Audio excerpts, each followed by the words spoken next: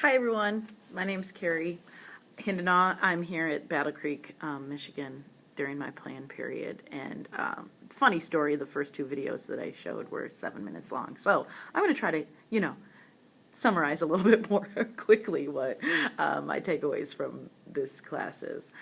First off, I think really quickly, motivation has to be front and center in instructional design. We have created a system in which we focus on what we teach, at least in my experience, and not how we teach it. And even if we do talk about how we teach it, we certainly do not employ motivational theories like expectancy value or autonomy and choice and social cognition and all of that stuff that we've learned about in our unit design or instructional design.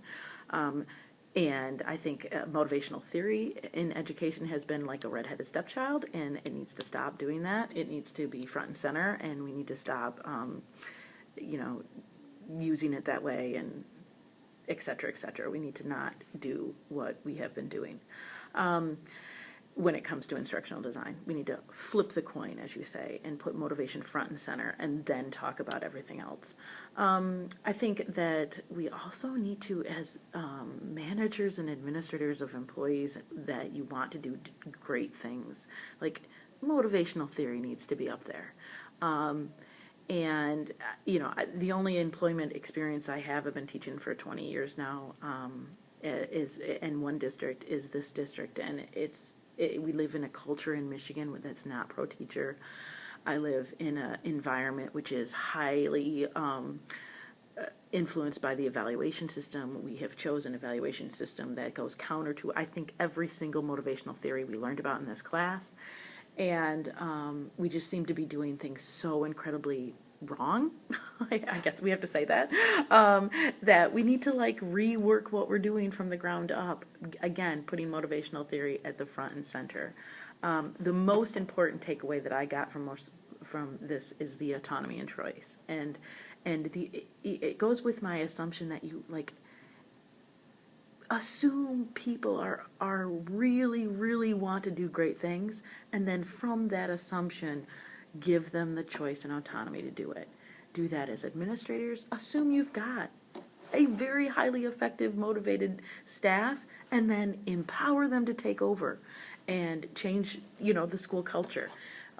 Every time you have a class come in, assume they are motivated, and then empower them and choose that, give them the choice to do that. Don't approach them as in, oh, I just got another, in a very deterministic, kids don't want to learn kind of way.